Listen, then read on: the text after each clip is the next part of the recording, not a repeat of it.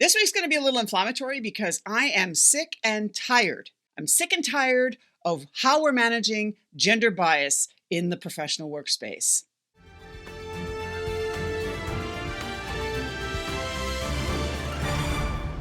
I recently read an article online. I've been doing some research on gender bias, and I came across an article from St. Catherine University out of St. Paul, Minnesota, and it kind of agitated me a little bit. I wanted to share with you some thoughts on this. First of all, I want to say that this article was well meaning. It was done in a way to try to encourage workplaces and professional environments to, quote, accommodate, right, or to help or support or to bring up women in the workplace because of the value that our society places on women's roles everywhere else.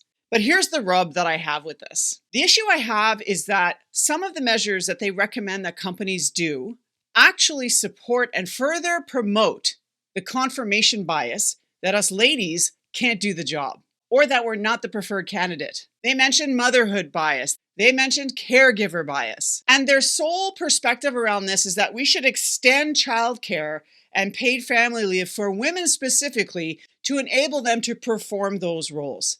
And here's why I'm sick and tired of this. Because as women, as a woman, a mother of 3 children, 3 of whom, by the way, all came prematurely, which required me to stay home, be with them, and to take care of them while they were infants. The reality is that there are times and a place where women need this support and need these rules, laws, what have you, to protect their jobs or whatever is going on in their lives. But then when they come back to their jobs, oftentimes women actually want to focus on their careers.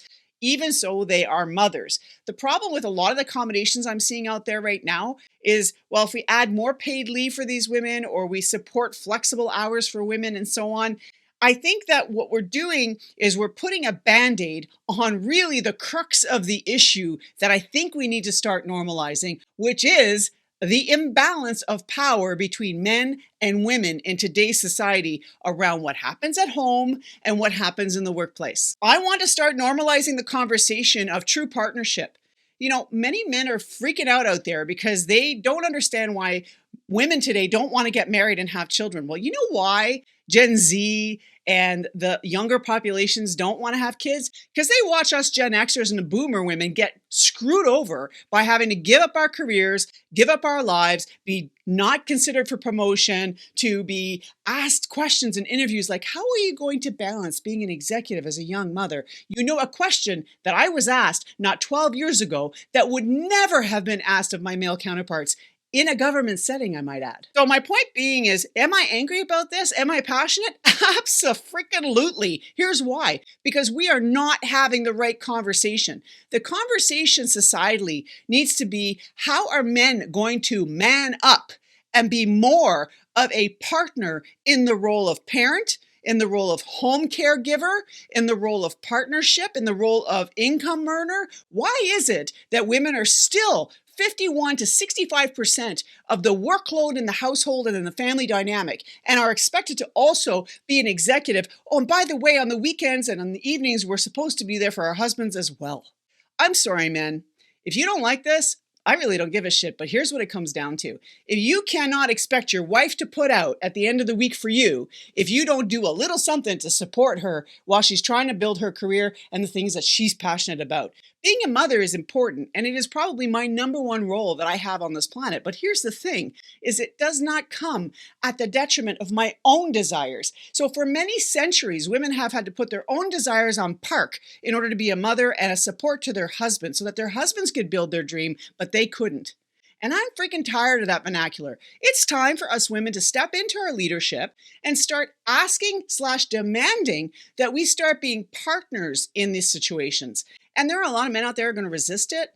And I'm going to say white, male, cisgender specifically are going to be really struggling with this. But here's the reality, is that we are partners when we have children. Yes, women have the uteruses, and so therefore they're the only ones that can actually bear the children. And yes, they need time to heal, and they need time to physically become a stronger person before they go back to the workplace. And we should have things in place to support those women for that, for 6 months to 12, integral time with their kids. But beyond that, let's stop confirming the bias that women somehow can't do the job because they're mothers, or that somehow they can't do the job because they're women.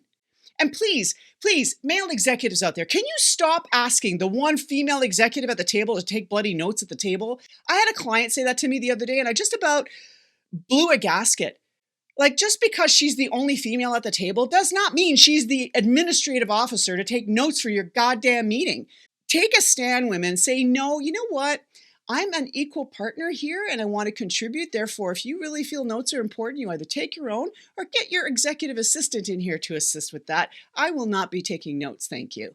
Like, have a say. Start asserting yourself in a way that is professional, that is not heated, that is not as angry as this is showing up right now. And you'll be able to really start making strides on achieving some balance.